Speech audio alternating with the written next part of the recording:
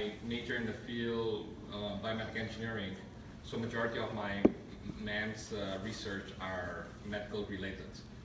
So,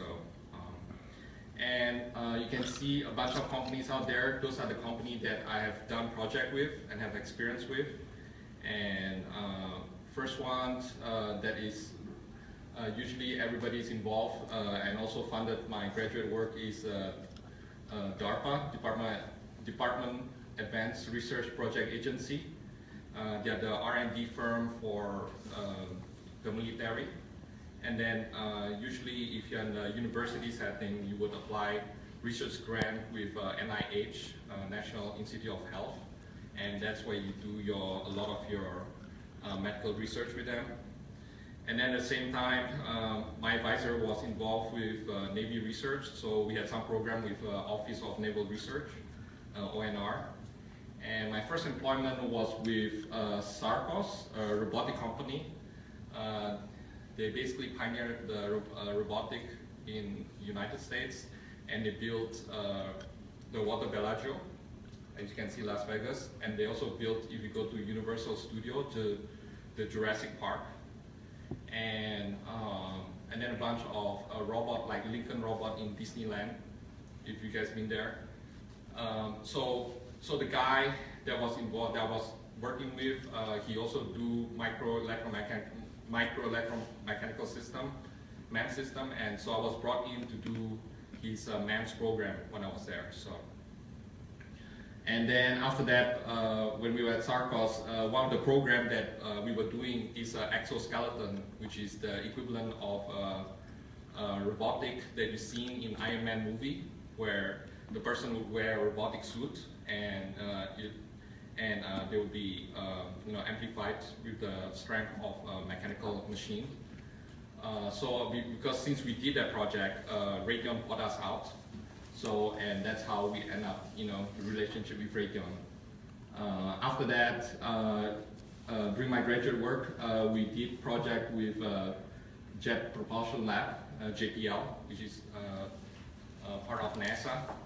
They bought one of micro-linear inch-1 motor that we built, basically a linear motor that has a resolution of 1 micron. And our human hair, the diameter thickness of our human hair is about 80 micron. So think of it like, it's like what, 80 times smaller than that. And so we were able to develop a worm motor that could do incremental at 1 micron resolution. And so they bought a piece of our equipment there, and they were using it for their the Land Rover for Mars missions, where they were trying to detect water life in Mars. And after that, we did some sensors stuff with Honeywell technology. And during those times, during about, I think 20 years ago, those drug discovery for using MEMS are very hot and very popular. So we were lucky to get involved with Glaxo Wellcome, AFIMAX Research Institute down in California. And the other company that we also got involved in, it's Mitsubishi in the endoscopic division that is down in New York, when we do micro endoscopic system for them. And then Envoy Medical, it's a hearing aid company that solely based on piezoelectric thin film, not thin film, piezoelectric crystal, where they have the piezoelectric crystal hitting your temporal bone to transmit the sound wave. As a result, you have a very high quality hearing. So that one is right in Envoy Medical is right out in Minnesota. And then at the same time, I did master work for Alcon Surgical. I was funded to do cataract surgery program. So as a result of that, I'm pretty familiar with the eye business industry. So, and at that time, we also built intraocular lens delivery system that got bought out by Chiron Ophthalmic, which no longer exists. I think got bought out by another company. And then with the EPGL, we started working with Cooper Vision, J&J, and then AT&T program also. So those are the companies that I got involved with. So for the last about 20 years, 22 years. So I wanted to explain to you a brief, quickly, what is biomEMS. biomEMS is basically called a biomedical micro-electromechanical system. So basically what we do is we produce mechanical and electrical machines that can sense and actuate in the size of human hair or nanometers to millimeter in size. So they're usually very small, okay? And then after that, when we build those systems, we have to interface it to the human so that it can be used. Just like what you guys see on the smartphone right now. The reason why when you rotate the picture, it can tilt because there's a sensor inside there that's developed and built by MEMS technology that will detect your rotation. So so it has a really small sensor. So that's how you interface the human when you rotate your smartphone. The way we build the system, we basically use the same equipment and technology that produce semiconductor, and the only difference is that we build mechanical components instead of just flat circuitry. So, and then the objective of my presentation here is to tell you what is the thinking process and how and why the technology is developed for Epgl when we are doing the contact lens. Because that's something that you cannot read, because I'm sure all of you have read the patent that we've been filing. But when we write a patent, we are not allowed to present what our thinking process and why and how it come about.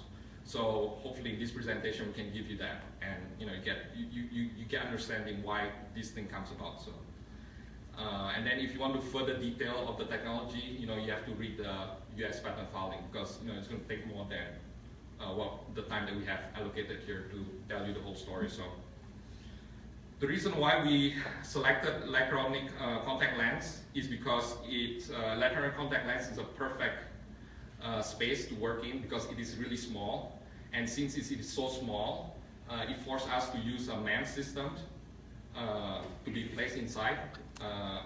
We cannot build anything large and put it inside. So we have to build something small. So it's perfect fit in that sense. And also the other good thing is that the technology space is still, I call that very caveman level, and thus is a very big opportunity for Epgl to grow and to be at the head start of the pioneering. Yeah. So the first thing I want to talk about is what kind of solution and importance we had on the elastic circuit, the patent that we have, that we call it the elastic circuit. The technology constraint that were needed to overcome is that the current manufacturing process for making silicon hydrogel lens basically involve injection molding for mass production. And based on for daily wear, the statistics is that they need to produce 60 million contact lens each day just in the United States. So that means is that whatever process that you do to make the contact lens, it has to be very simple. Otherwise, it's very hard to make any money. So when we were asked to develop stuff for it, the criteria was that it has to be to be able to survive the process of injection molding. However, you guys have seen like Google contact lens and all the contact lens that you see, all the smart contact lens in the market right now. The way they are going about building it, they are done by layering.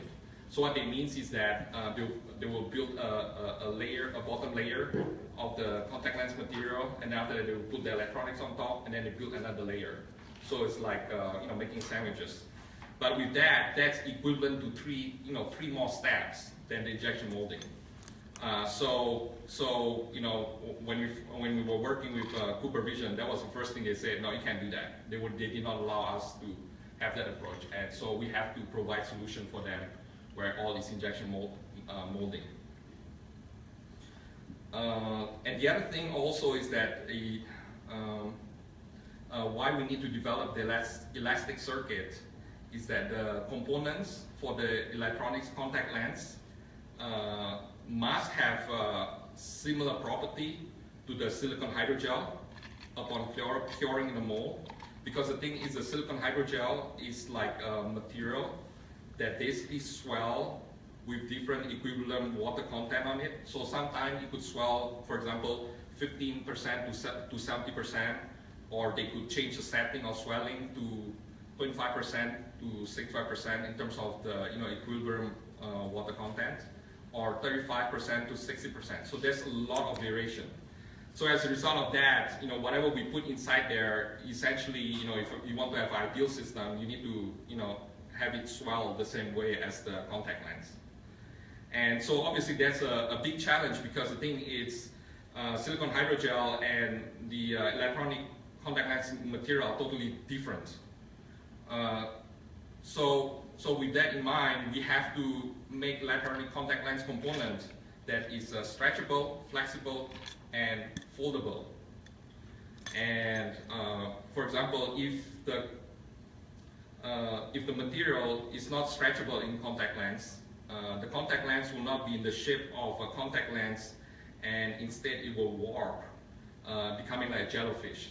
So if you put something that do not allow the material do not swell up with the contact lens, after you finish molding, the material will stay in place, but then the contact lens tries to swell, but it could not. So then you end up looking like a jellyfish. So, and then the other thing is also if it's not flexible and it cannot conform to the shape of the contact lens, if you place a material in there, what will happen is that it will distort the lens. As a result, you cannot have good focusing. And then if it's not foldable, if the material that you put in there is not foldable, you will not be able to take the contact lens out of your eye. So folding process is very important, because you need to fold it to take the lens out of the eye. So with that, we came up with what you see on a structure on that picture over there that is basically stretchable. It's, when you put inside in the elastomer. This thing here basically have the room to swell and move, and this is basically X and Y axis here. And we have patterns that basically do X and Y and also the Z axis. So also more three-dimensional expansion. And then not only that, when you allow it to swell, these things also, because it's very thin, it's flexible too. And this whole thing here, if you try to fold it, it's able to fold and you're able to take it out from the eye. So that's one of the reasons why we developed that pattern for it, and one of the reasons why we did the elastic circuit patent for the development. You guys have any question on that before I move on to any topics? How close are we? Oh, how close are we? On that one. On that one? That's not public information yet, so yeah. Okay. Yeah, it's still in works, yeah. Gotcha. Any other thing other than the... Wait a minute, let me clarify. How close are we on? On the elastic circuit? In terms of getting a patent or Allow getting approval? Approval on that. Oh, that's the next one that's coming. Oh, Yes. And that's the one that yeah. we have indication that it is looking very good. Okay. I was gonna mention that in my part of the speech. Gotcha. Okay. That is essentially the elastic circuit right there. Okay. So it's not only close, it exists. Okay. So now everyone understood why we have to do that, right? It's part of the manufacturing criteria, so yeah. And one of the biggest challenge is that when Google make their contact lens, their approach was that they make the electronic first and then worry about the contact lens material later on. So what they did was they just built something that is rigid, and that's why they have no success in putting in silicone hydrogel, which is it swell. So if they put their system in silicone hydrogel, the lens will be distorted. So they only end up building it in silicone. And silicone lens, you cannot last it very long inside your eye because there's no oxygen and water content. Yeah. So the next thing that we did, why we produced an energy harvester, and find a solution, and why we think it is important for that. that was actually our first patent that we started out with. And the first thing we tried to do was basically try to overcome the electronic power. What happened if, battery's not enough, or solar? We were like trying to decide whether we can develop new art, better than the existing technology. Because we were studying that basically battery, if we were to use it, it has to be rechargeable. And solar cell, the disadvantage of solar cell is that it will not work anymore in the dark. So, what happens if you go into the dark room, you're not going to have energy anymore. And then the RF energy harvester, which uses a radio frequency, which is what Google uses. So basically you have antenna in your contact lens, and then you have antenna on the outside, and you can transmit energy to your contact lens. The problem with that is you can see, I think Sensimet produced a product for that, where you would see that the user have to wear a really huge antenna patch, covering almost half of the face. So the key question is, you want to be going around doing that, right? And so obviously it's like, it doesn't look good at all. So, okay, so we said, all right, let's think, something else. And since one of my key technology research is basically surface micro machine of piezoelectric thin film. With that experience, I said that, why don't we build energy harvester based on that technology to basically harvest energy in the eye. And so we did a study, and we found out that if we could harvest the energy from the blinking of the eye and also the movement of the eye, we could have continuous power that can be, generated even in the dark, when the room is dark, compared to a solar cell. And then also, if we can generate the kind of energy, we don't need any recharging, from the battery. And also, of course, if you do not use RF, you do not need to have that big eye patch, right? So the technology that we have right now, it's our current estimation of performance for our energy harvester, based on the eyelid force, the frequency, your eyelid open and close. We could calculate that we could produce 1 watt per day. And obviously more accurate performance result will be presented when all the components are together and how much space is left for the energy harvester, because that basically limits how much wattage you can produce. Yeah. So so that's how we were doing our energy harvesting device. So does anyone have a question on that? So Go ahead. So if your eye batteries get low, you blink as fast as you can for a little while, and you... No. The whole idea is that when you are blinking, it is always, harvesting that energy. Yeah, it's not like, oh, I need the energy right now, so I'll start blinking, 50 times. No, because I think our eye, naturally will blink by itself. So yeah, it's supposed to be slowly each time. Yeah. Do you have to take them out every night? Is it like daily wear or like regular contact? That one, most probably by, I think, FDA requirement, the silicone hydrogel, I don't believe they are allowed to be worn overnight. I don't know if you have an optometrist here. What's the FDA guideline? There are lenses approved for overnight wear, but not long term. It's not safe. Better to take them out. It takes like 5 seconds. Sure. Well, but if you're sleeping with them on, you can't generate any power. You're not blinking. Because you're not blinking. Oh yeah, but the thing is, the idea is that you will generate power when you're awake. During the day. Yeah, during the day when you're awake. Sustain it. Yeah, that's the target, the goal. It's just like, you have a Casio calculator that has solar cell on it, when you're working in the light, obviously you cannot be working in the dark, you type in your data inside that calculator, so it works when you need it. Yeah. What kind of storage of energy is it? What do you mean, what kind of storage? As far as blinking, where is the energy stored in it? It'll be stored in a capacitor. Capacitor? Yeah. Okay. Super capacitor. Yeah. Super mini. Because remember, there was a charger before. You had made a charger before, but now you don't need that anymore, right? An external charger, right? No, the storage, A couple the years storage, ago. Oh, that was storage. Oh, that was just for storage, the contacts? storage Oh, you and mean smart charge. case? Yeah, Oh yeah, well there are reasons why we were attacking different problem, at different time. And so energy harvester came about when, when it first came, why we're doing this. And then later when we go to smart case, I'll explain to you why we did smart case. Okay, yeah. How much energy do you expect these lenses to consume over the course of a day compared to that 1 watt? That's the part where I told you that it basically still, comes down to our design, like what components we have there, what's the efficiency, we still comes down to our chip design. So yeah, that we're working. So it's really hard to tell right now.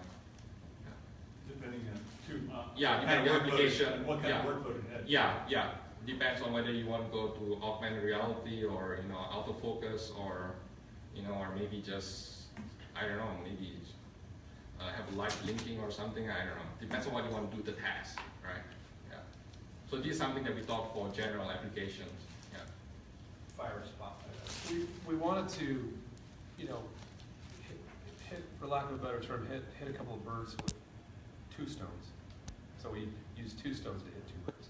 It's not really the smartest way to but we had to anticipate that there might be the need in some applications for self-generated energy by the blinking and the movement of the eyes.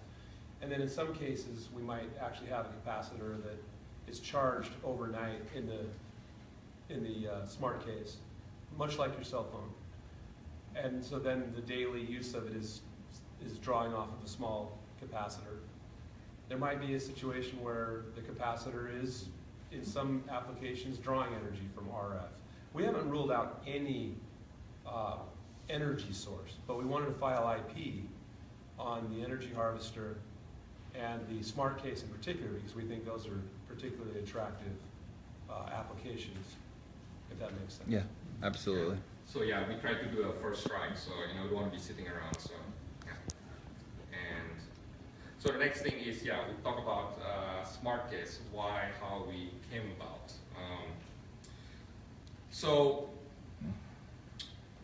So basically we were thinking is okay, what happened is if we do need to use battery because we never really isolate.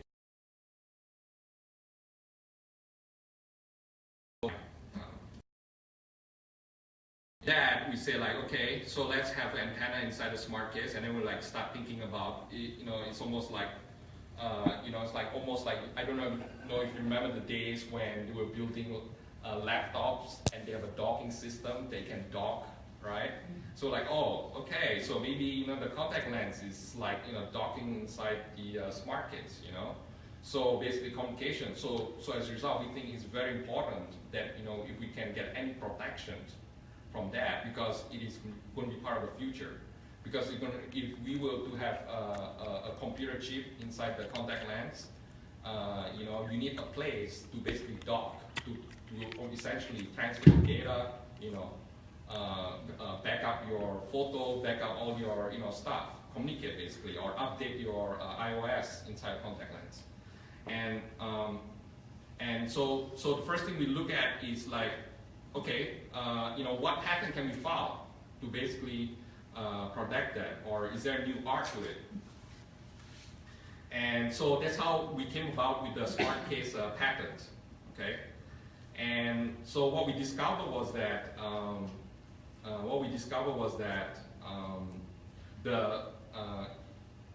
there's a research out there that basically by the Navy that basically they are able to use fluid as an antenna, okay, seawater, because for example in a battleship it is hard to lay out big antennas sticking out, okay. So it's always a big challenge, and they want to transmit data. So they had a research where they basically shoot water out, almost like a water fountain, and that water fountain essentially acts like an antenna. So with that in mind, we say that, wait a minute, we have this, we could use saline fluid, which is essentially you have salt inside there, and it's perfect. It encourages, it basically increase the amount of charge in the liquid in comparison to regular water. So with that, we filed a patent saying that we'll use a saline liquid essentially to amplify our signal communication from the smart case, the case outside, into the contact lens. So with that in mind, that means that now in our contact lens, we essentially can just use a really small antenna now. Because when we do communication inside the smart case, the fluid that is surrounding, the saline fluid that's surrounding the contact lens is already antenna. That's like perfect antenna, wrapping around the contact lens. So that is basically the reasons behind filing the smart case there. Because we found that we did a study and nobody's doing that.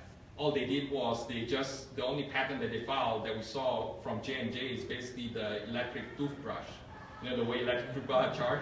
Yeah. They have empty space. They didn't even talk about using the saline fluid as antenna.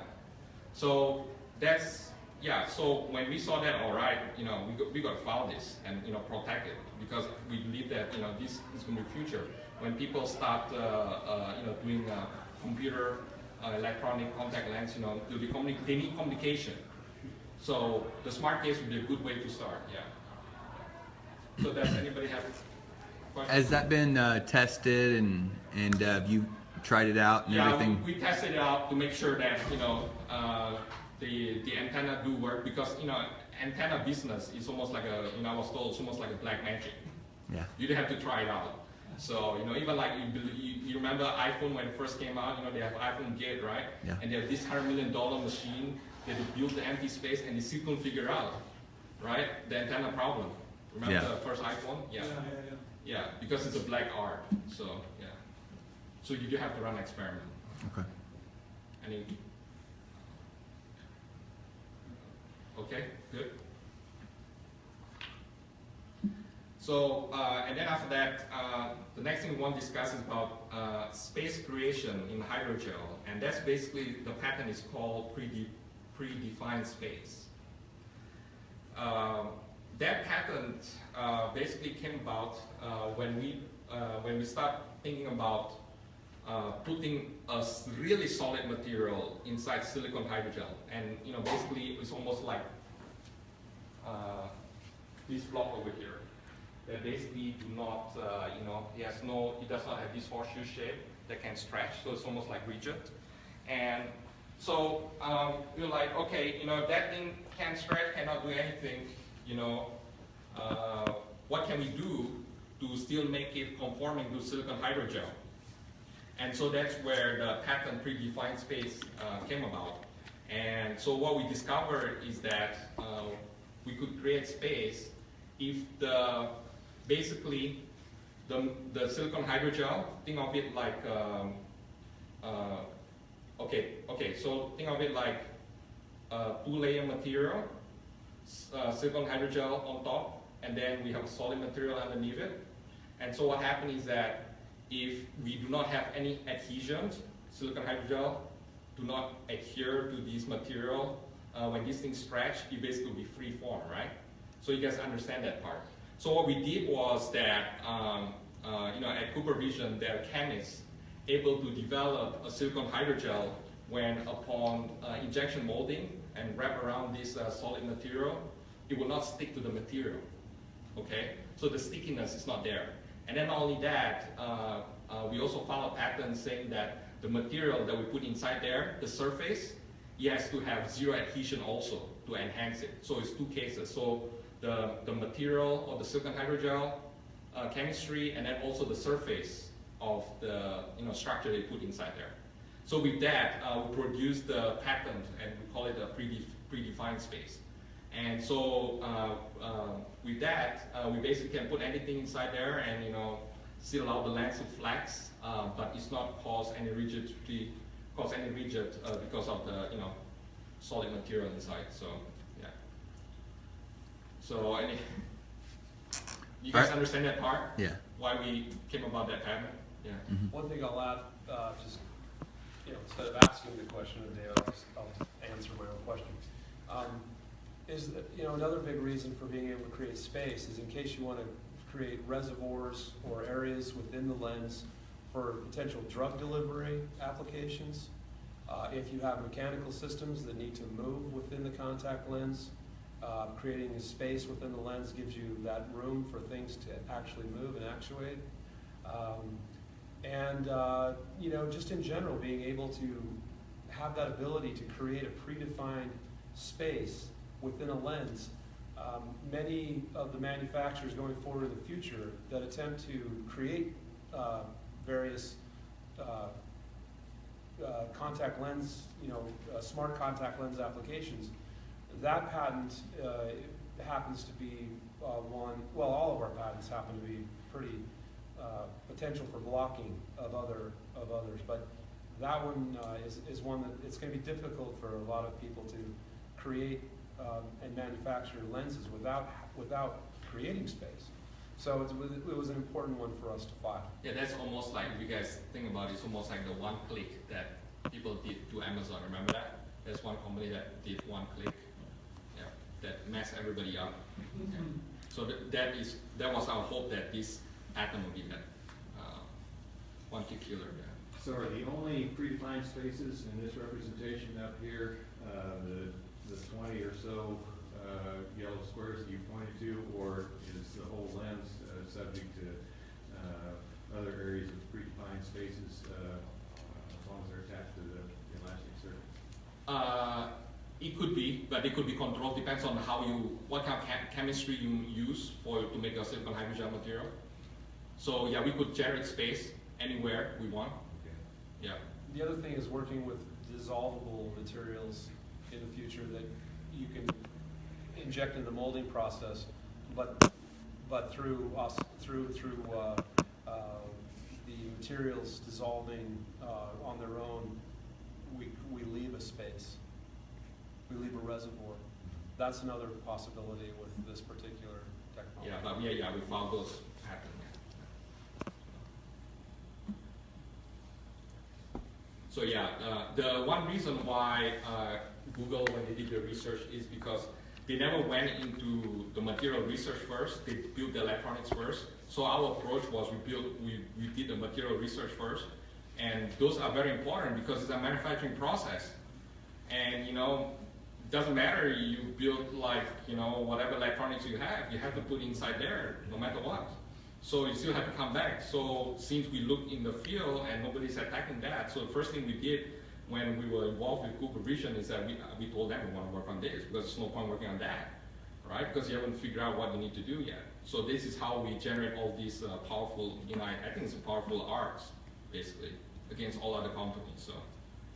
Yeah. And did we learn a lot from Cooper Vision too during the time of our collaboration? Yeah. Oh yeah, of course. It's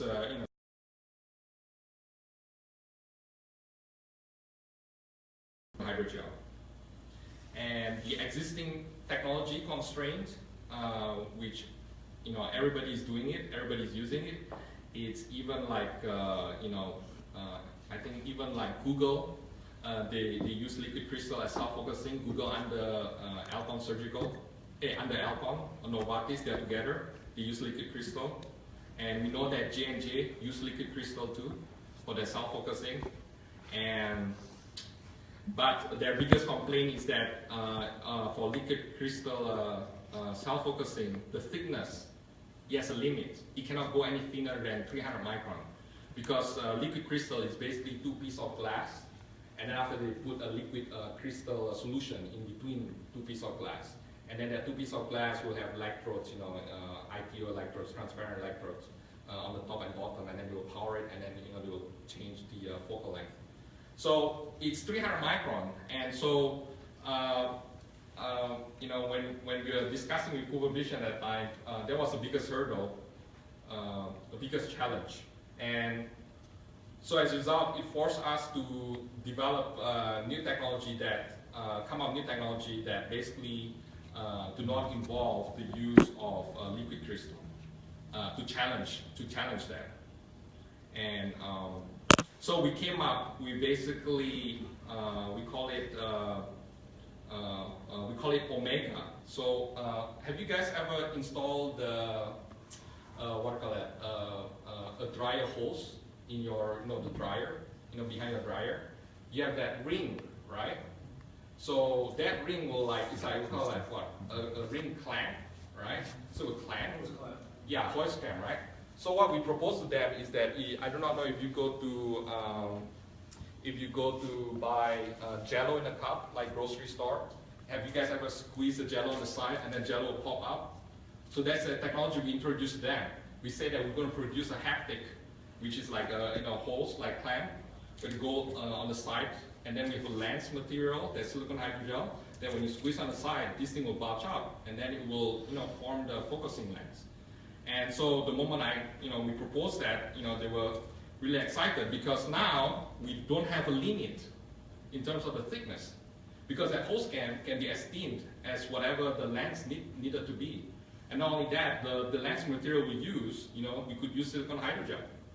So there's no liquid crystal inside it.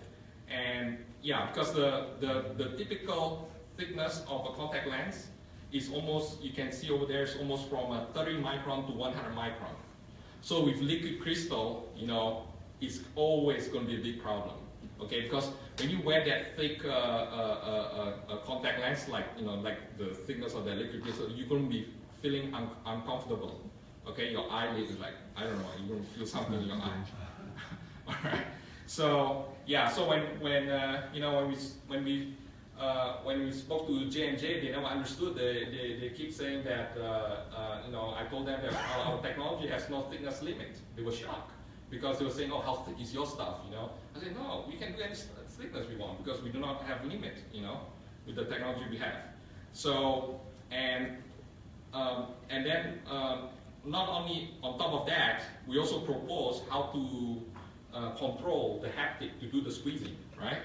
And so what we propose is that we use magnetic technology where we would we use a magnet to move it from one place and then from on position and to off position. So what that means is that we just need to power up once to move it to on position, and then when when we turn off the power, it will stay there. Whereas liquid crystal, you have to continuously power it. So there's a lot of power consumption involved if you use liquid crystal. When you turn off the power, the liquid crystal will not self-align anymore, will not align to your, to your direction. So that was another advantage that we have on top of that in our filing. So, yeah. Let me clarify something here in case you're, some of this stuff is a little confusing, and I can understand how maybe some of you are getting a little bit lost. What he's talking about there, when he talks about the squeezing, is not the manufacturing process. It's the actual mechanism within the lens that will create a different focus on demand in the lens. Like squinting your eye. Yeah. By squeezing the lens, we can change the dioptric to it so that we have a different focus. And if we can do that on demand, we have an autofocus lens, which is a $5 billion annual business, okay? So we've come up with that novel solution, and that is what he's talking about when he talks about haptic and squeezing and creating different focus with the lens. I just wanted to make sure you didn't think it was the manufacturing process, okay? Also, Michael, I'm not sure, does everybody know what presbyopia is? Is that a... Educate us, doctor. So presbyopia is the loss of ability to accommodate or focus your eye post 40. So most of you noticed around age 40, 42, things started to change. And you can't focus up close anymore, so you start using readers and bifocals and things. And so this is to solve that issue. Well, of course, for military application, we're trying to make it, far sight so we can see the enemy and shoot them down. So. You can charge it anything for military application. That's right. So, okay, so the next pattern we want to talk about is ciliary sensor, how we, came about on that one. So what happened is, we wanted to develop a sensor basically to decide when to turn on and off the self-focusing lens. That's like the biggest challenge.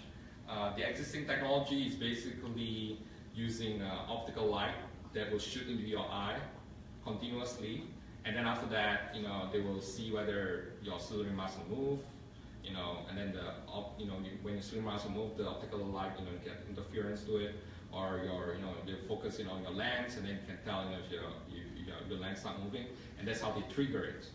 But the problem with that is basically you have to it's almost like optical light is almost like a laser pointer. So essentially you have to press on and your laser pointer on all the time. And when you do that, what happens? You're wasting your energy. Your battery will run out. So it's not very energy efficient. And when we were doing the research, we studied, and then we came to the conclusion is that let's build a sensor that will detect the ciliary muscle. Because one thing we know is that we're assuming that when you squeeze the lens, your eye lens with the ciliary muscle, there's going to be a vibration. So it means that it's going to be like a small earthquake.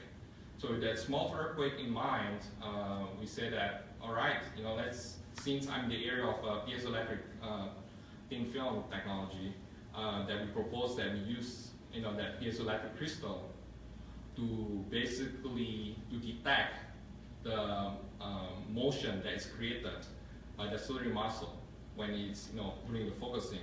So what happens is that the sequence of event will happen is that the ciliary muscle will move and then will vibrate, and then after that it will basically for example move the cantilever beam or move the diving board of the piezoelectric material, and then piezoelectric material will generate a charge.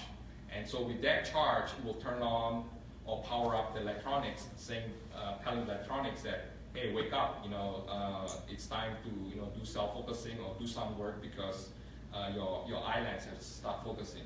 And so that's how the sequence of event happened, and that's how we came up with a patent that basically do a ciliary sensor using piezoelectric material. So, yeah. And so we are assuming that when we do that, that that we can differentiate the activity of different muscle, like the eye moving, or the iris, the eyeball, the eyelid, the head. Each one of them have basically, we're assuming that they have a different way of moving. So basically, it's almost like different frequency of moving. Yeah. So, any question on that? Does everybody get that? Has that been tested? How much energy it can produce? That one, we're still working on it because we have to work closely with basically live animal. Yeah, so we're still working on that. Yeah. A live animal?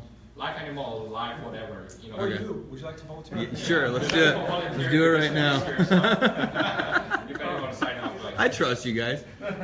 You go full bionic. Yeah, it's something. It's not easy to done, and yeah, but this thing here, the ciliary sensor, did excite. I don't know. Can we tell them or? Literally that. Yeah. So it excites the there's majority of the people that I talk to, they are really interested in it. So yeah. I want to make sure you understand this is not an energy harvester. Okay. Yeah. This isn't producing energy. This is sensing the vibration of the muscle, which is very small, very small. Yeah.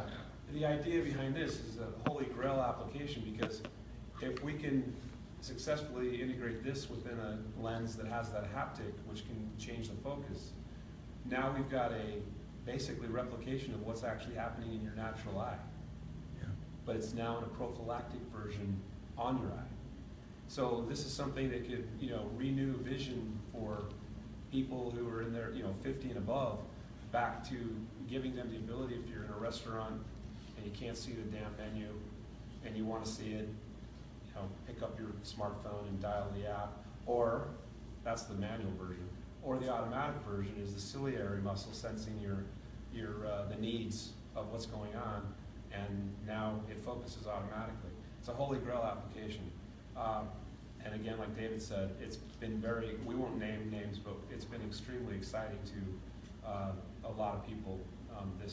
This one, all of our patents that we're talking about here have been exciting to a lot of people. That's why the first rights of negotiation have been taken by certain people. But this one in particular is a major game changer if we're successful with it. So is it to basically replacing LASIK surgery?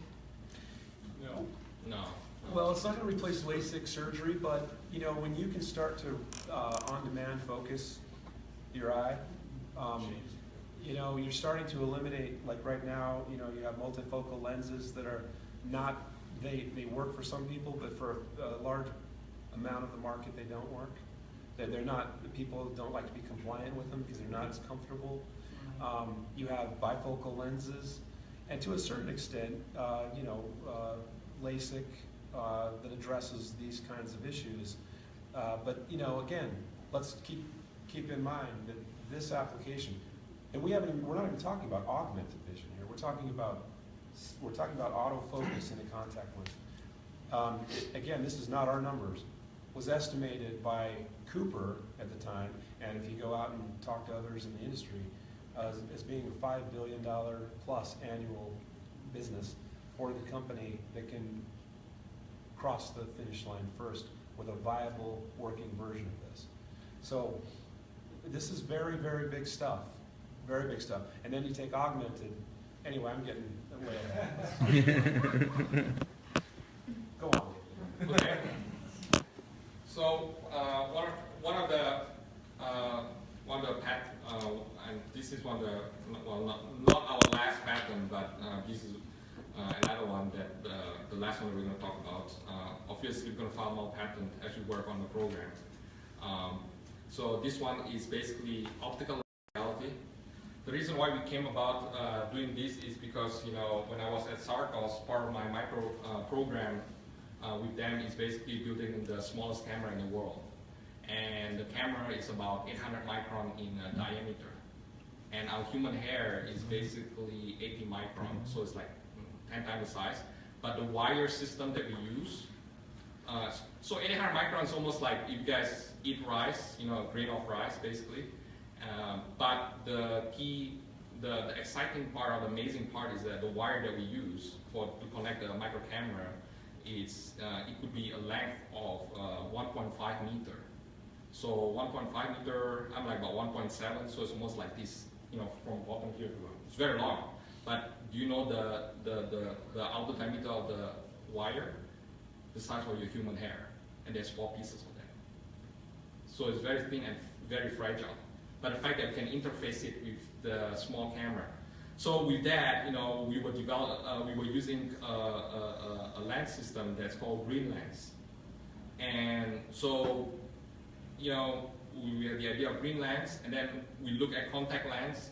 And if you can see that, you know, if you look at the contact lens, if you just simply try to put a optical lens that's, let's say, right in front here, okay, then you can simply only have a working distance of about 30 micron or 100 micron because you totally rely on the thickness of the contact lens. But if you start using, if you can curve a lens body that's basically around on this part here, your length start going up. So it will no longer be limited by the thickness of this contact lens material anymore, because it will be just like, because this thing is 15 millimeter. So, you know, it could be longer working distance. So what we did was we filed a patent basically saying that, you know, we could build a lens that, you know, that basically can curve around it, right, and do optical function for it. And so that was basically our optical lens patent that, you know, create curvature around the contact lens. And I think one reason why we wanted to do that is because we were talking about, you know, augmented reality, like, you know, how we can put how we can put a projector inside a contact lens, project image into the eye, and I think if you Google it right now, you can see that, you know, one of the guy was basically able to put LED inside contact lens, and, you know, so, but then the biggest problem is that you cannot put optics inside there to basically do projection. So that's where we came about, you know, filing a patent for, you know, this kind of green lens. Tell them what the acronym of GRIN. Gradient refractive index lens. Yeah. So, you know, so instead of so the green lens is basically a rod lens. So instead of having individual lens like laying around across like that. The greens land is like a rod that's all attached together already, so it's easy to use, to just hold it one and then to do assembly. So that's how the birth of the green lands came out. So okay, any question on that or? All right. So in conclusion, we are at the beginning of the revolution of electronic contact lens. I know that what I presented may seem like abstract here, abstract there, abstract there, but as I explained to everybody, research and development is not a straight. It's always a zigzag process, like bird flying. A zigzag. It's not straight. So we have our pieces here and there, but then you'll be amazing is that the moment we attack a problem, like when we do self-focusing, all these small pieces will come in and build the system. So essentially, you could think of it like one might say, we have a foundation for a building here. That we're going to build a skyscraper. So yeah. So that's why you could see like we are finding patterns, critical patterns for electronic contact lens. Yeah. In your opinion, what is the time frame that you think this actually could be viable for the market? How you want to? Right now, in terms of actually a lens hitting the market, we're on a 2-year project right now.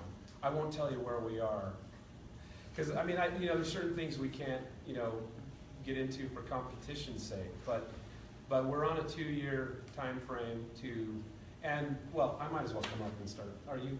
Yeah. So yeah, that's it. So.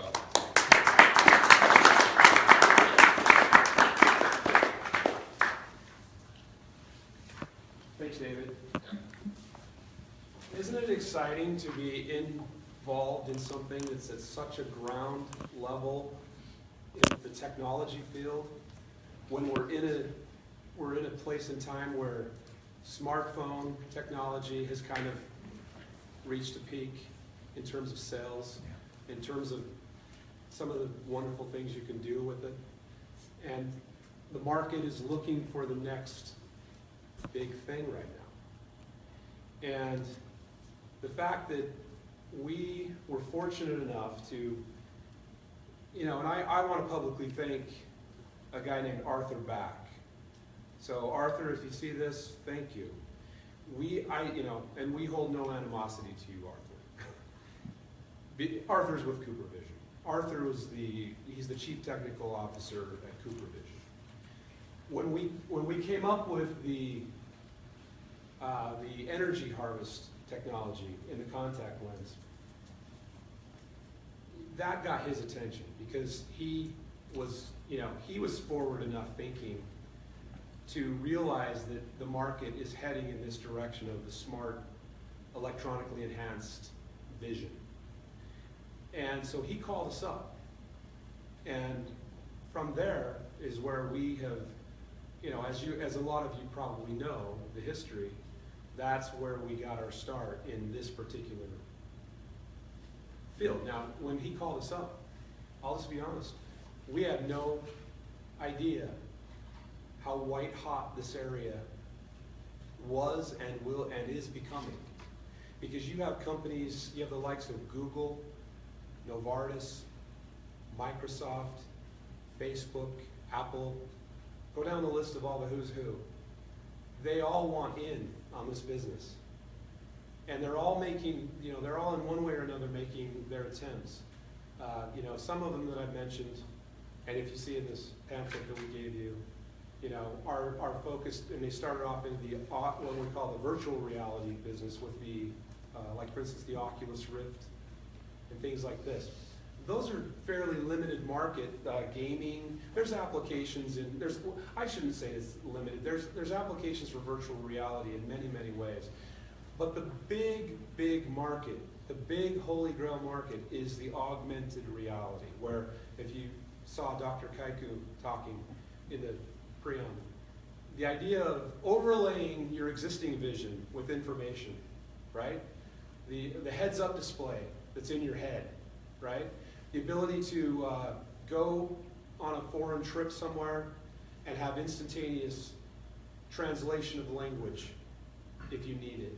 The ability to see better at night because you have electronic lenses that can make your vision better in the dark. The ability to go to a football game, and if you want to be able to see the player, the name on the jersey better, open up your app and adjust your lens to be able to focus on that. This is the kind of stuff that's possible and is coming. It sounds outlandish right now, but it's coming. The ability for vision to become super. You know, telescopic vision, microscopic vision, your own zoom lens on your head, right? In your lenses. Autofocus here that we're talking about is a huge business, 5 billion plus annually estimated. We intend, Epgl intends to be one of the companies that develops the first working, viable autofocus lens with this exact technology that we've been talking to you about here today. The ability to squeeze the lens and change the focus, the ability to sense it, the ability, now we've introduced some new aspects to this now, and that is the idea of utilizing your smartphone to be able to have an app that can control your vision. This is why we've been talking to Apple. This is why we're talking about the, also the Android. You know, we're not going to limit it to just iOS, but we wanted to talk to Apple about that application. And they're, you know, they were extremely, we had a great call the other day. I'll leave it at that. We had a really great call, and this is going to be important because this is going to be a first step. We have an autofocus lens. We want to be able to focus. If we're looking at a menu in a restaurant, we can't see very well. Whether we have an app for that, right? Okay. Eventually, we get to the holy grail of it sensing with the ciliary, but the starting point may be utilizing apps to communicate to the lens to make the lens do what you want it to do. That's a possibility. So it's really an exciting time to be in this field. And you know, again, we were fortunate enough to be right in it at the right time. You know, technology plus timing equals market position. So we believe that tiny little Epgl, where we stand right now, we're already being mentioned in articles with Samsung, and I'm sure some of you have seen. We're starting to get noticed. We're starting to get noticed. It's been a long, I know, 3 years, right? From the rebirth of EP Global and the road that we've been on. But now we're starting to get traction. People are starting to notice. We have various groups of people. I'll just tell you now, we've got groups of people that are trying to put together ways to acquire the company. We haven't accepted anything, not even close yet, but I'll just tell you that that's happening. And I'll also pledge to all of our shareholders that are watching and that are here that whatever we do going forward is going to benefit you first and foremost, above and beyond, you know, where we currently are. I'm not going to ever do a deal that would in some way screw you guys. Okay? That's my pledge. It has to be a good deal for all the shareholders, you know, if we do a deal. But having said that, you know, the idea that we have all of these patents that are filed, we're starting to get patents approved. We just had our first one the other day, the Smart Case. It's looking like, from our communication with USPTO, that the elastic circuit is going to be, I mean, I would give it a 99% chance. I'm not going to tell you 100% certain right here and now, because you know, there's always wild cards, but it's looking really good. So that one is, and in fact, I feel better about that one than I did about the Smart Case at the same time. And then we know also by feedback that we've gotten on many of the others that they stand a good chance too. And so as these things come about, I think that our gravitas in the market and our credibility is just going to continue to go up, right? Because people realize that we're for real. And we might be on a tier in the market, that's not the ideal tier, the OTC, a lot of people, there's stigma involved. But hey, when I took over Epgl, I took over a company that I had invested in that was going down the tubes. And so I had a vested interest in taking over this company and trying to make something out of it. Many of you who invested early back in 2012, it was zero bid, right? Right, Shane? Yeah. Zero bid, dead. And so a lot of folks that invested back then, after we did the reverse split, have seen tremendous gains, and that's good. But to be honest with you, the day-to-day trading is not my main focus right now, because my main focus is building real technology that really has a future, that could really add up to big returns for all of us, right? That's the main thing here. We're building real stuff that has a real future. So out of all the patents that we have filed, the several, more, 15 to 16 when you count international and US, all of those patents, are any of you familiar with network marketing? Okay. Network marketing is the concept of the downline, right? Let's say the founders start out here, let's say you have 8 founders, and then each one of those founders, sponsors some people.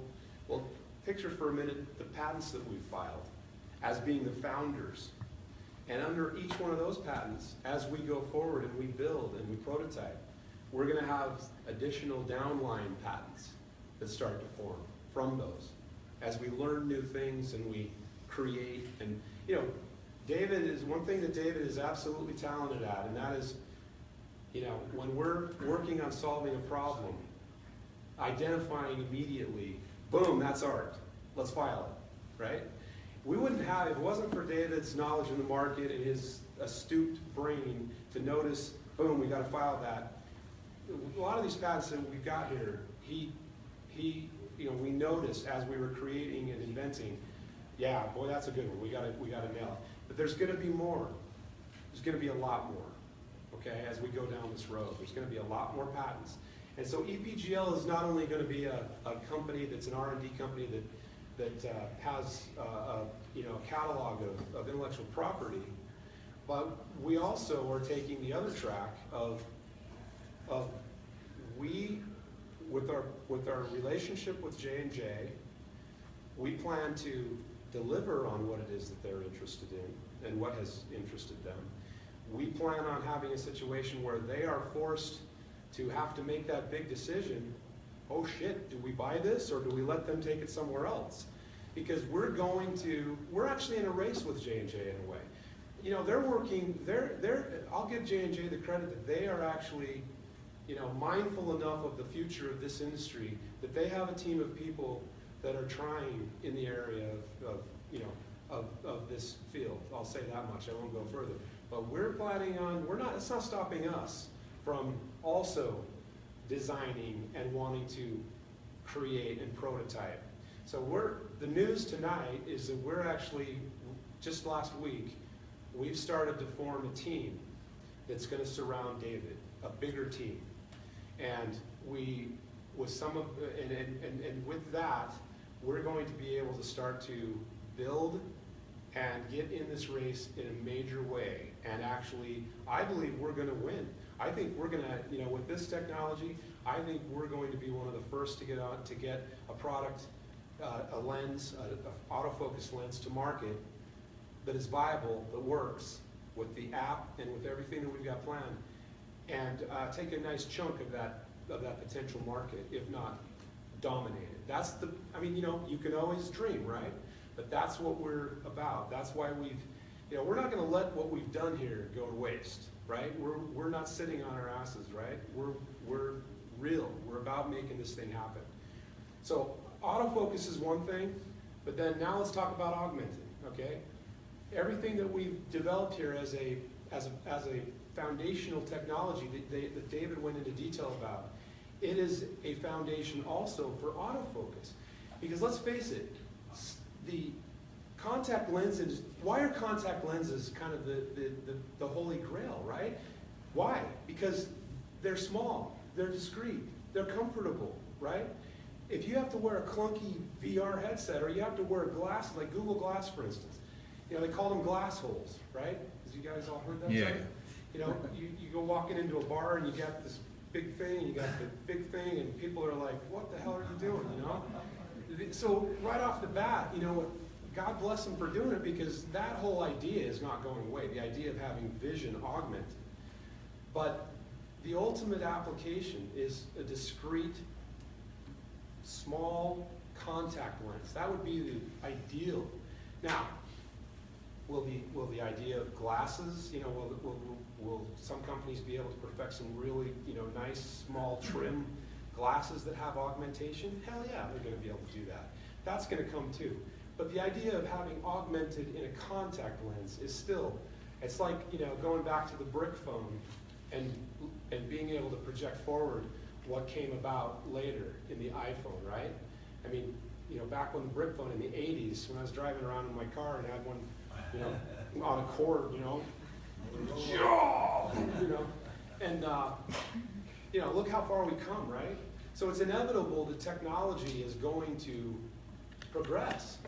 And we, with the things that we've been filing, the IP, we believe we're in a good position. It's going to be tough for a lot of manufacturers out there to really get into some serious silicone hydrogel manufacturing, at least on the mass scale, at a cost that's affordable and a point that is affordable by the public, to do it with multiple layering and the complication that entails, we believe that the IP that we have filed for the moldable contact lens that can be mass produced with integrated electronics will prove to be a very attractive way for the industry to build. Now that's just for the, you know, the stretchable electronics.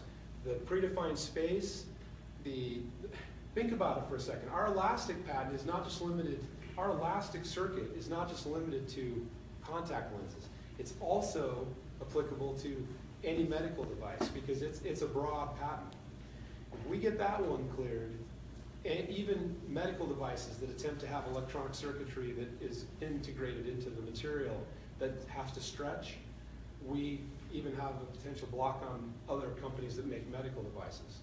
I mean, you know, it's all possible, but especially in the contact lens field where the manufacturing has such a large expansion and contraction of the lenses as they're going through that manufacturing process, you have to have the ability to have electronics that can survive that. It's a war zone in there, man, when it's going on. And so the idea of being able to have electronics that can survive that is huge. And it's exciting. And then we also have another one that's similar to the elastic that we co-filed with Cooper that is specific to contact lenses. Okay, that one is, where's my sheet? That one is called, that's our electronic medical devices and methods. That one was co-developed with Cooper Vision. We own 100% of it now, but that is basically like the elastic circuit, only it's specific to contact lenses in the manufacturing process. So we've hit the stretchable electronics from two sides. We went for the broad, and then we've also got the more direct focused on contact lenses, and those are pending, right? So right now, just while I'm at it, we've got piezoelectric energy harvesting pending. We've got piezoelectric sensor for vision correction pending. We've got system and method for contact lens wireless communication that we just got allowed. We've got the elastic circuit. We've got the electronic medical devices and methods, which is the 3D stretchable electronics. We've got medical device with predefined space and related methods. We have method and apparatus for an adaptive focus lens. That's the squeezing haptic, right? And we have a method for an imaging lens. So that's 8 domestic U.S. patents, and then each one of those will have its counterpoint PCT, and those are all filed and pending right now. So we have 16 right now. Now the one that got cleared is the smart case, or the one that's called system and method for contact lens wireless communication. So that's just a rundown of you know, when you wonder, okay, what exactly are the patents that we have filed? Those are the ones. But from each one of those will spawn, like I said, more and more and more. So the exciting thing about where we're at right now is that we're at the point where we are starting to get, the reason why it's exciting to be in EPGL right now is, how would you guys have liked to have been in Apple, or let's say Apple in 1981, how would you have liked to have been in Apple in 1981, right? How would you have liked to have held a substantial position? And the thing is that when Jobs and Wozniak were doing their thing in the garage and putting together things, and then when they went out and started selling, and they got a little bit of financing, they started to see some success, you know, nobody knew what Apple was to become, right? I mean, even Apple went through some dark periods in the recent years before Jobs came back. So things go through ebbs and flows. We're still in that period of time where, you know, like if you compare it in a sense, we're still in a period of time here, 3 years in, 3.5 years into really dealing with the ophthalmic area. We're still way, way early here, but the beauty of it is that we have, like I said, technology plus timing equals your market position. And hey, who else has put out a photo of their electronic circuit? Can somebody name them for me? Google tried. Yeah, well, okay, the idea of the glucose apparatus in the lens is a noble thing. The idea that Babak Parviz had was to, an application of, for the diabetic, blood sugar sensing, an easier way to sense blood sugar and through the tear fluid, which, hey, it's not a bad idea.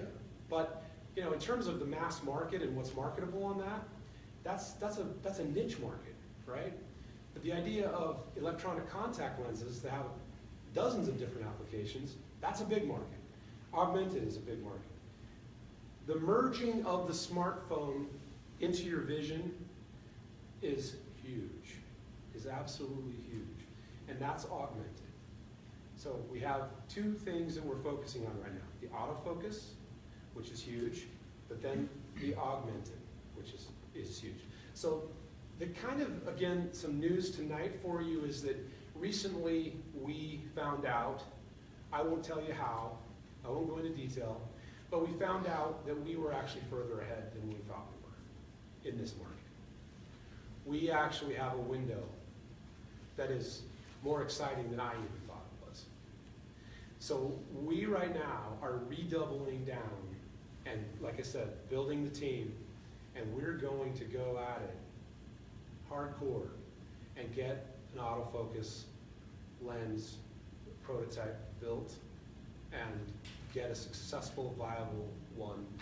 And another new bit of news, I guess it's not new because it's kind of been out there, but the idea of utilizing mobile phone app technology to interact with the lens is an area that we were toying with before, but now we look at it as a quicker way, a lower hanging fruit, if you will, to get to the market versus trying to nail the holy grail of the ciliary sensor. We're working on that too, but we think we have a way to get to market faster, and we think we have the superior technology to do it. So you guys are, everybody watching, and you folks here in the room, you're in a place in time right now where, if you can stick with us, and if it was me sitting out there, I'd be thinking about, well, how do I get more? But everybody has their limits. But I think we are at a point in time right now where, as our patents start to coalesce and add, and as we progress with a bigger team around David, and as we start to accomplish more and more and more,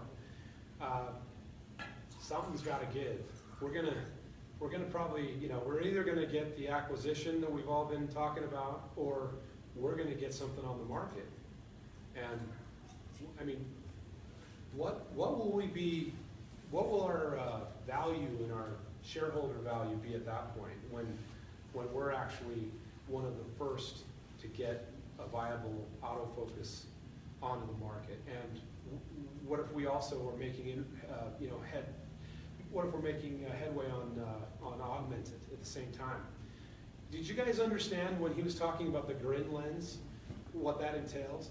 The idea of projecting an image directly onto the retina, like the Google Glass, the idea of the prisming, the idea that you can project an image to the retina via micro projection.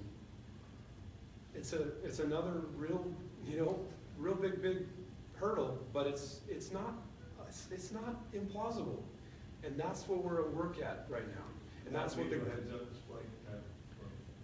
yeah, I mean, it's like among other. it's like the video. You're not blocking your vision like you do with the Oculus, virtual reality. You're in reality, but it's augmented reality, right?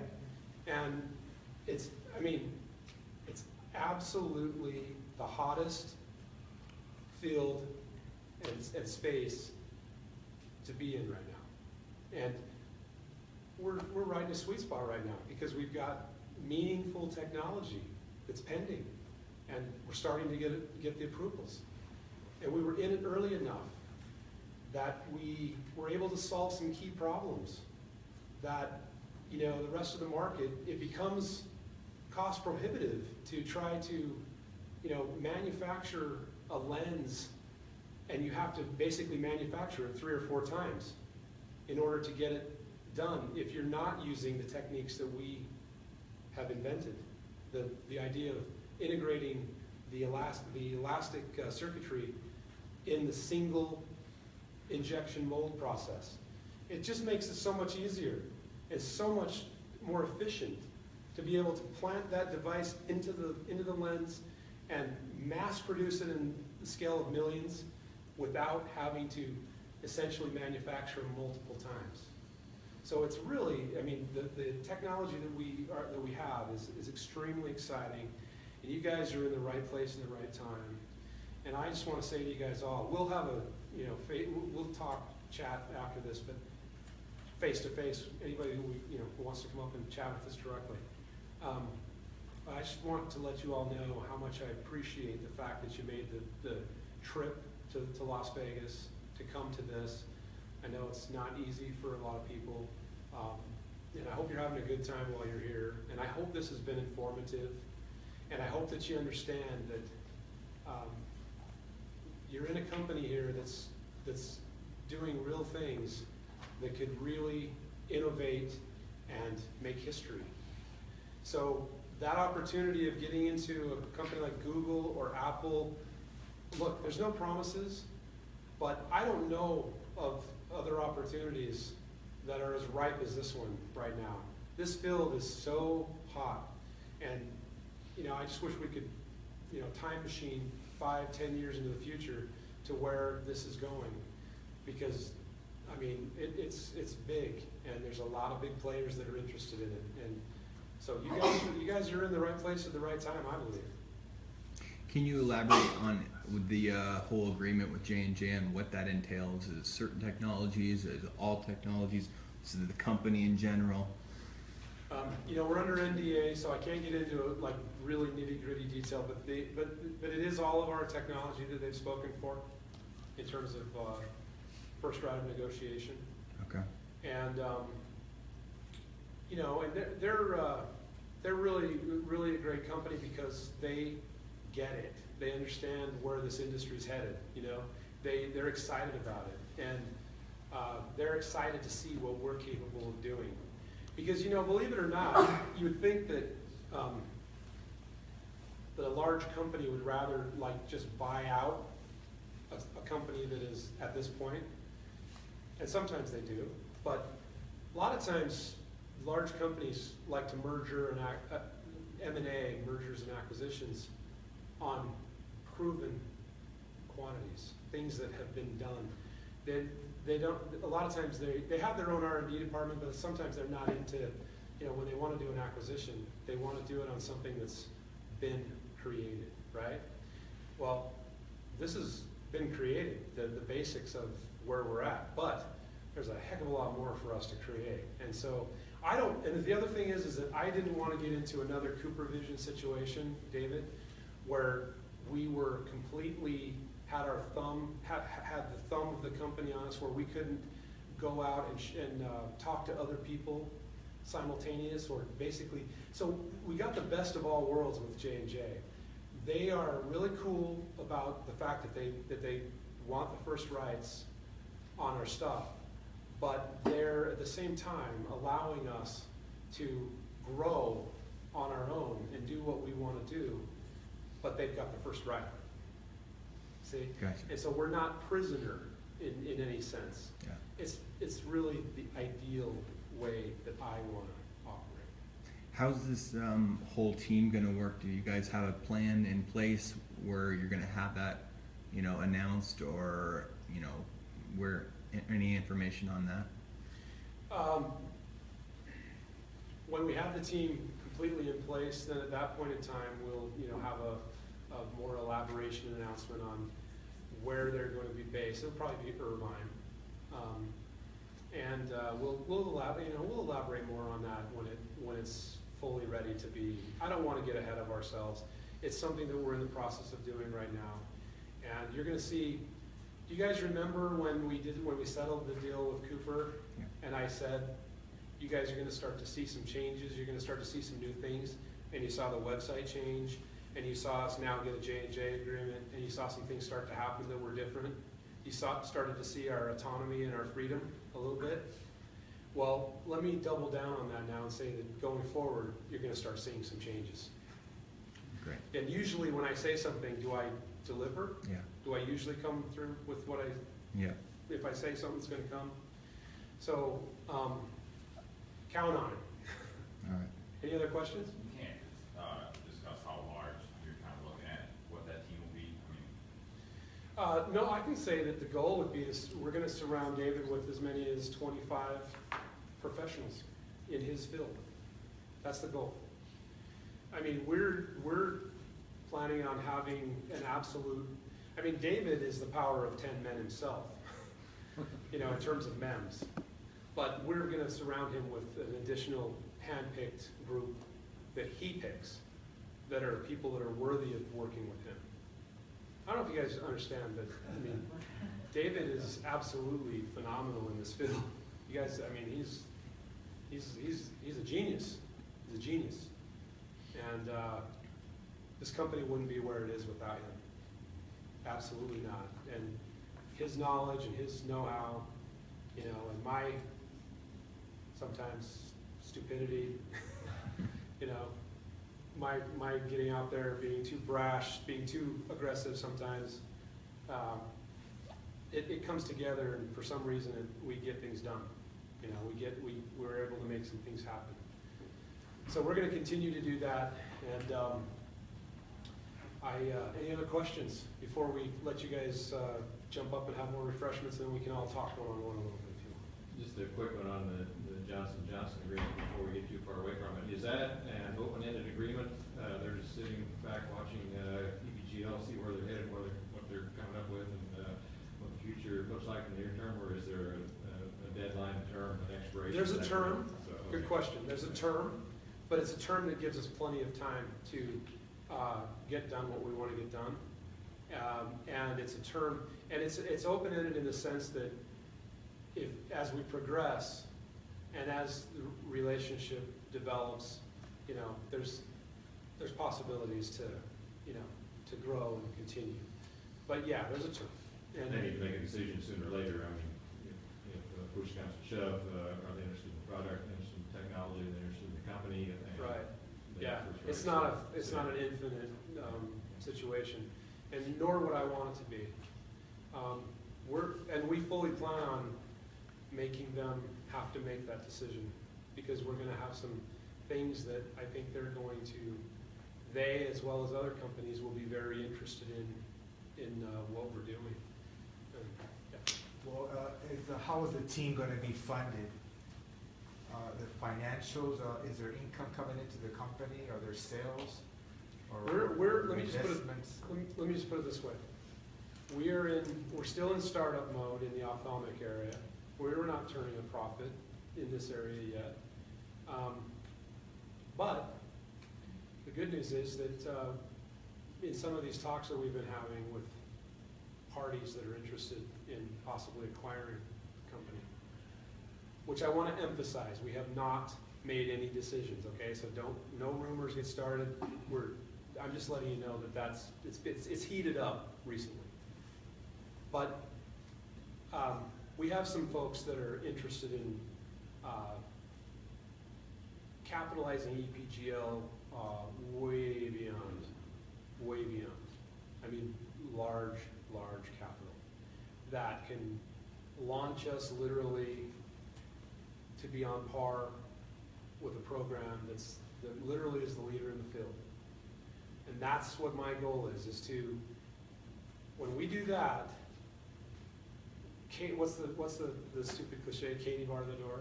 I mean, I don't know, where did that come from, Katie bar the door? Is that because the cows are coming out of this barn or something? What is that? It's something you hear. But anyway, the idea of us putting together a team that's backed by really big money, it's going to benefit all of us. And that financing, would that be as a loan, or would that be for stock, or? It might involve it might involve Michael Hayes not having as much stock as he used to have.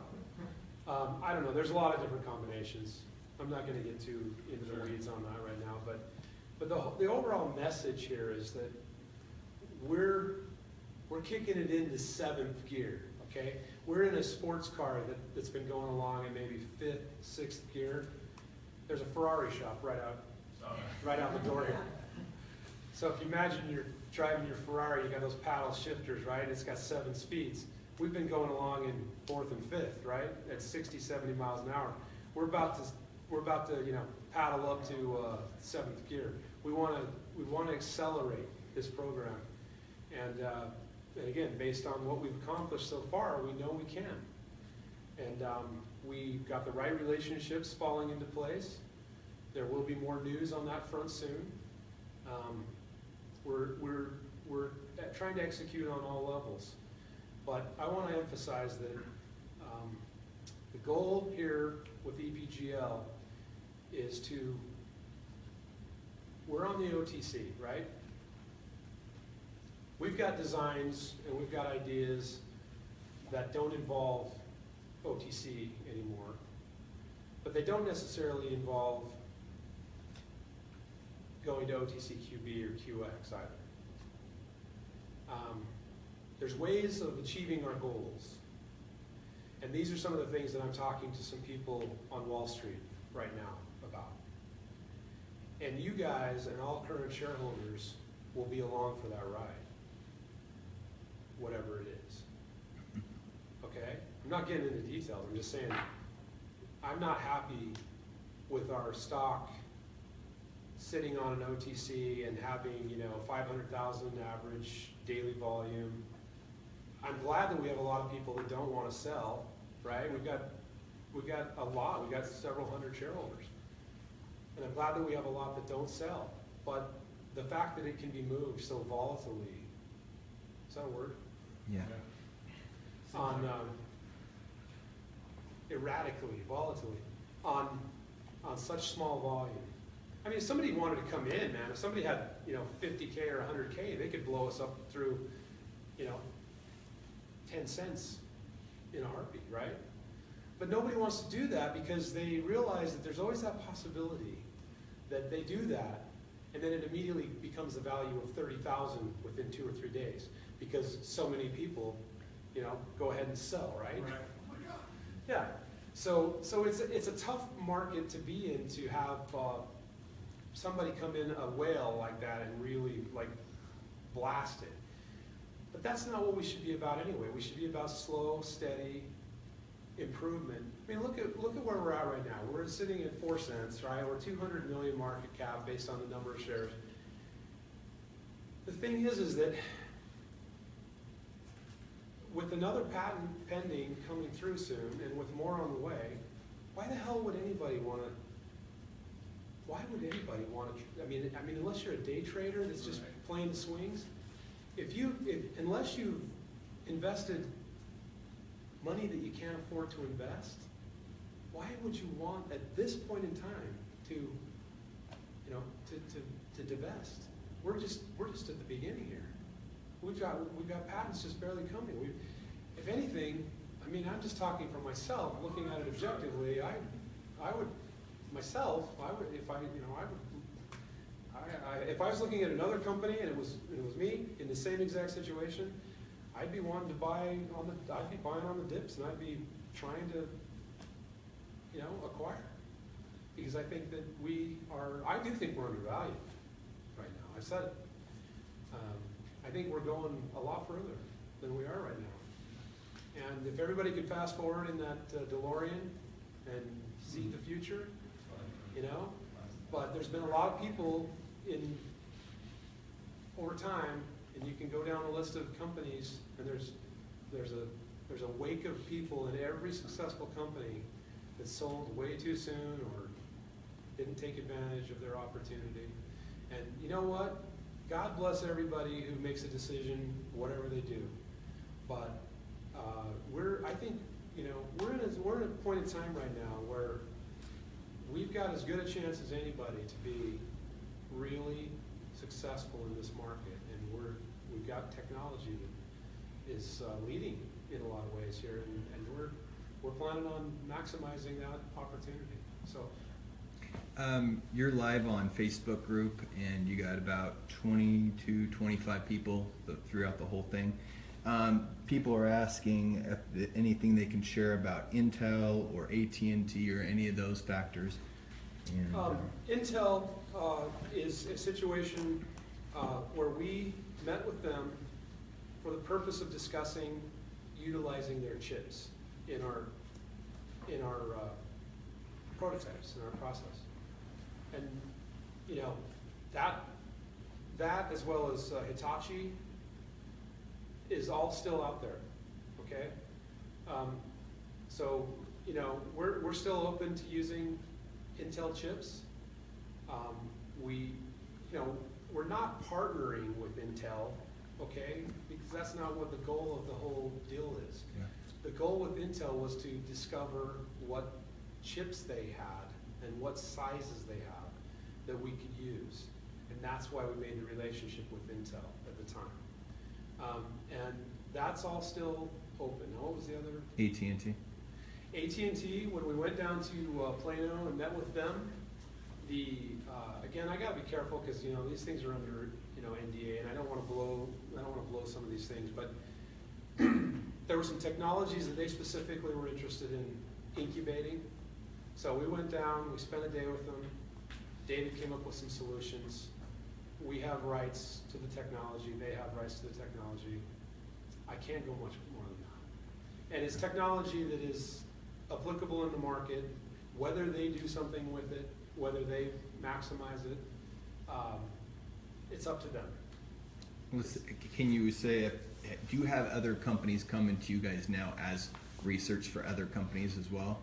I get calls all the time from companies and people that want to work with us, that have heard of us, but we have to be judicious with our time, and we're really taxed right now. Yeah.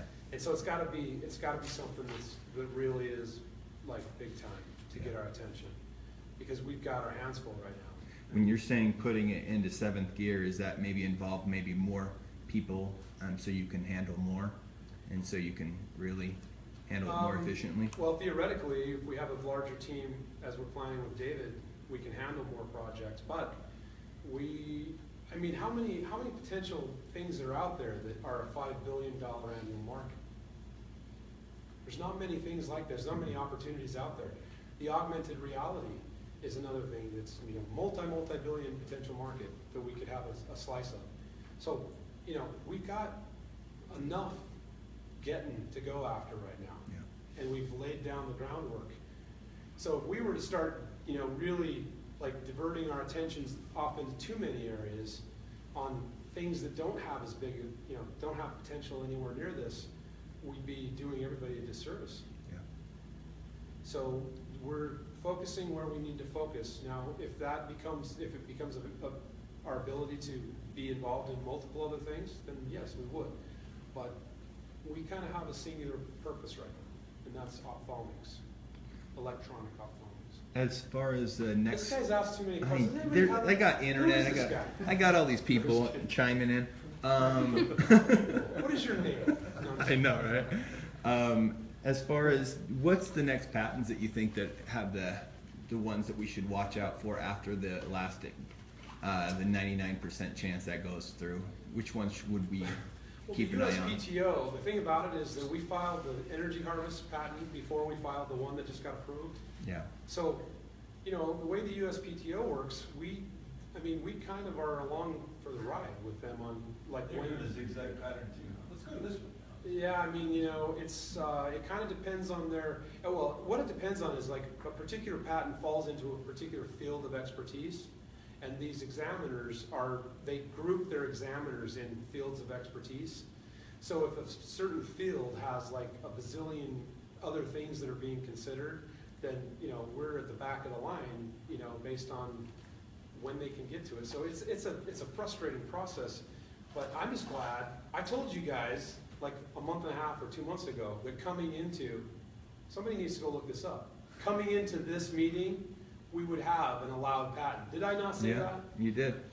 Okay, we do, right? Yep. For the record? Okay. Do I get any credit for that? You got credit. Thank you. But the thing is that I'm gonna say, again, doubling down on that since we're in Vegas. I'm gonna say that we're gonna have another one really soon. And then there's gonna be more. Now, as far as the next one, I have no idea. It could be any one of these on the list. I'm gonna send my question to David so he can ask me. We're utilizing technology to communicate with them. Someone's asking, is there any chances that any of these companies will start acknowledging EPGL through announcements or anything like that anytime soon? Man, the age-old question, right? Here's the thing, guys, when it comes to these big companies, you know, we can't push them around, and we can't force Apple, we can't force J&J, hey guys, please do a PR that talks about us. You know, these are huge companies, guys. I mean, $300 billion corporation. Now, but that's not to say that tomorrow something might appear that mentions us. See, that's how out of control we are of this in terms of PR. We could have a mention tomorrow from one of these companies, or it might take a while. But we can't force it, guys. Think about how lucky we are. If you email J&J right now and ask them if they're working with EPGL, I think a few of you have, what do they say? They've said yes, absolutely, right? I mean, that's lucky for us, that they'll acknowledge, that they'll even acknowledge. Their PR people have a response that they put out that it fully acknowledges that they're working with a 4-cent OTC company. That not only working with, but they acquired the first right of negotiation to all of our technologies. What other OTC has that right now? I don't know. Maybe there is one, but I don't think so. That led to my question about the agreement, the first rights to the technology. Now, does that mean that we negotiate with them, we show them what they have, they said, okay, we're willing to pay this, then we can shop it, and then they have the right to meet it or beat it? Is that how the agreement works, or? If somebody comes, it's just really simple. If we create something that is of value for them, that they, or that somebody else wants to buy, even in any of these scenarios that I've been telling you about where others are interested and it's been heating up, we have to run it by them first. Right. And if they look at it and they decide to let that other company take it at that price, that's their choice. Right, But okay, if- so that is how it works. If they decide that they want to, put a bid in on it, Once they make a bid, I mean, are you able to shop that, or you say, that's not enough? Or we they just only have the want- opportunity through the agreement to meet or beat what has been offered to us. Right. And they have a certain time period that they have to do it by. And Sure. so, but it gives us the freedom to not be constrained. Not handcuffed anymore. Yeah, like we were before. And the other thing was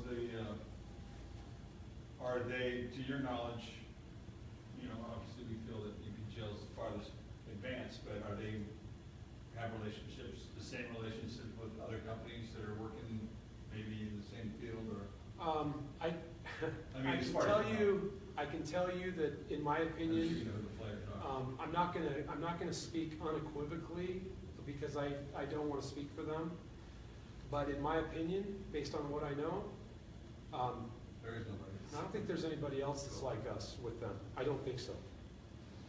I don't think there's another company that has, I know there's not another company that has the technologies that we have that's with them.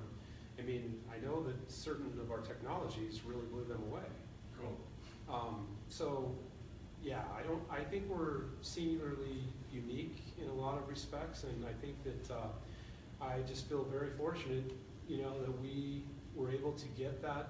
Ed Restrelli, who is the business development, and Ashley McEvoy over there at J&J Vision Care, they're great people, and super nice to work with, and they get it, and their management gets it, and so I can't say any, I can only say positive things about J&J. Cool.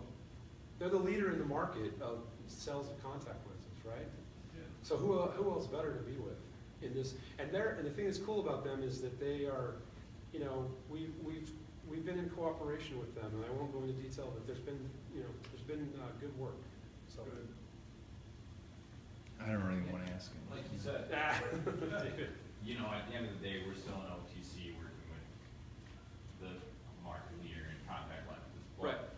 if they were to pass, you know, say this term limit expires and they pass on us, what type of, you know, action would we be able to take to ensure that that doesn't result in a black eye, you know, say Google or Apple, if someone says, whoa, hold on a second, J&J wasn't interested, why should we be interested? You know, I think that we're in a position now, because we have that autonomy over our technology and we own it 100%, that we have the ability now where we didn't have, we were completely under,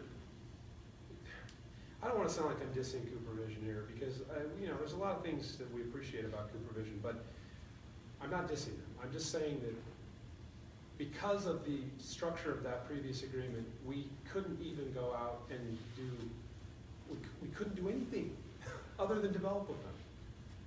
And so if they were not willing to, and it wasn't their R&D department, if for whatever reason they could not, I gotta be careful. I don't want to say something that is, you know, I don't want to be derogatory. I just want to say that we have much more freedom in this incarnation with J&J. So that gives us the ability to accomplish things that we weren't able to do previously. And that's why you've seen, again, going back to what have you seen happen since we settled that? You know, you've seen new things happen. Now we've got patents coming through. Now we've got a relationship with J&J. What's next, right? What's next? We got things happening. So I don't think, we're in kind of a win-win in some ways, because even if J&J in the future was to not buy anything from us, at the end of the day, we still have our IP. We still have, we're going to have a, you know, if our plans go accordingly, we're going to have an operating prototype that is viable. And, you know, J&J, we're talking so hypothetical here that, you know, this isn't even going to come up for quite a period of time. Let me just put it that way. This topic that you're talking about of, you know, the idea of, I shouldn't say that it's not going to come up, you know, it could come up sooner than later if we force their hand, right, with something that they, yeah. So that's possible, but in terms of, it's not, I mean, if we were to play the clock out, it's quite a while from now. So you're saying the term limit is quite a while away? Yeah, it's long enough. The issue that you raise is not something that we have to worry about right now, and I don't think we're going to worry about it because we're Gonna have a working prototype, and it's well, not only that, but we have patents starting to clear, and we've got more coming, and we're gonna leverage that. Because we have that freedom that we didn't have before. And that's the difference between, so that scenario that you're talking about, I don't see that being an issue. All right, thank you. Yeah. We haven't heard the word top spin mentioned in a long, long time. Anything you can tell us about that now? Well, topspin was the idea of when we first started, when David first came on, and there were some technologies that he, brought in and some know-how, and he even mentioned some of the stuff in the intro, but you wouldn't really understand in terms of what it was.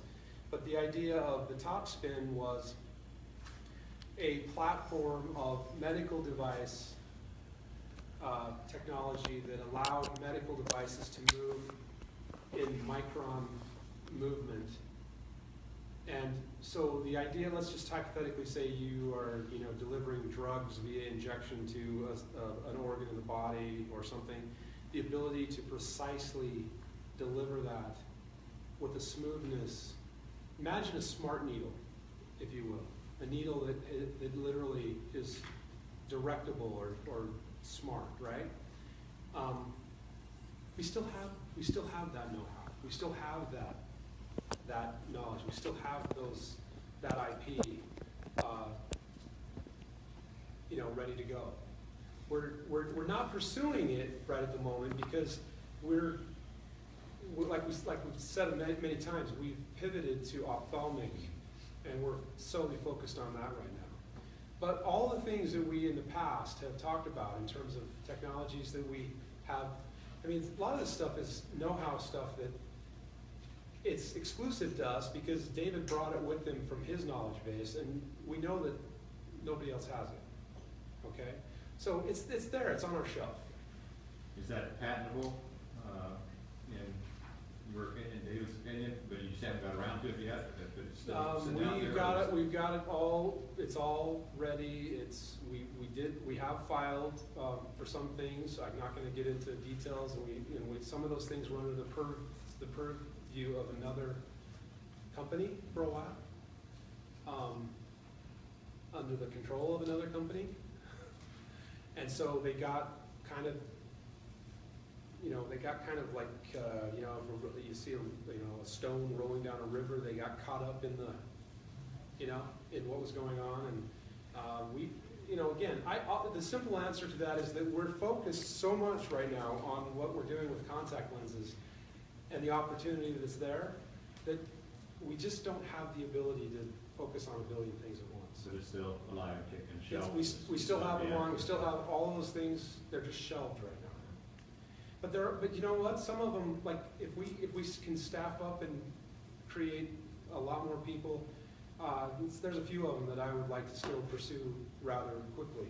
The muscle pain detection device, that's basically on the shelf right now because we were still dealing with perfecting the engineering of that when we were really getting into starting to get it out to some doctors, and then this thing came along, and so we had to kind of decide, okay, what are we going to focus on? What are we going to do? That is still, in my opinion, a very viable product, but we're not going to give up on it yet. We've got people that have been talking about, distributing and acquiring, but it's got to be the right situation, and so there's a lot of things, a lot of capabilities that we have, and there's a lot of technology and know-how that we have, but every company that's successful has a bank of things that they literally could work on if they decided to, but they have a focus, and they only have so much budget and so much time, and that's where we're at. So we've decided to put our focus and our energy into what we think is the best potential return for shareholders, and that's this. That's the ophthalmics. That's the vision revolution. When you guys talk about making a prototype, you're not planning on manufacturing or doing anything like that. You're just, is it for showcase, to showcase the technology, show it's viable, show it works? Yeah, but if it can go from there and become a viable product to market, in partnership with another company, we're willing to go the distance with it. Okay. I'm sorry, this is just my ignorance of the operations, but do we have the ability in-house to create a prototype, or are we depending on an outside company to work with us to develop, create that physical? Well, as far as the actual manufacturing of a contact lens, that's why we have to have a relationship with the manufacturer. But as far as the actual ability to build the apparatus and the electronics and the circuitry, we can do all that in-house. That's within our sweet spot. But the manufacturing process of the lens, we have to have a manufacturing relationship. And that's why we obviously have one. So, The internet has another question. okay, the internet. Yeah. Where's the internet? How come the It's right internet here. It's right here on the How come the phone. internet didn't come here? I know. The internet is not present. The what influence does PricewaterhouseCoopers have on the day-to-day operations? They don't really have any other than, I mean, I have conversations with them once in a while, but as far as control of what we're doing and so forth, They approve and they like where it's going. They're not in control of what we do. They're happy. I mean, I was just talking to a representative from Pricewaterhouse just a couple of days ago, and he complimented me on such a great achievement. It kind of took me back a little bit, because I was like, wow, I wasn't expecting that. Yeah. But he was like, he's just like, wow, Mike, you really have achieved some amazing things here, because they converted about $8 million of debt to equity in the company, and that's what got them their shares way back. But that $8 million is $90 million on paper right now, Yeah. or thereabouts, 80, whatever. But the point is, they're very happy. So why would they want to? Why do you want to mess with something that's done a good job for you? Yeah. Okay. So, are we ready to wrap? I think so. It's 9 o'clock.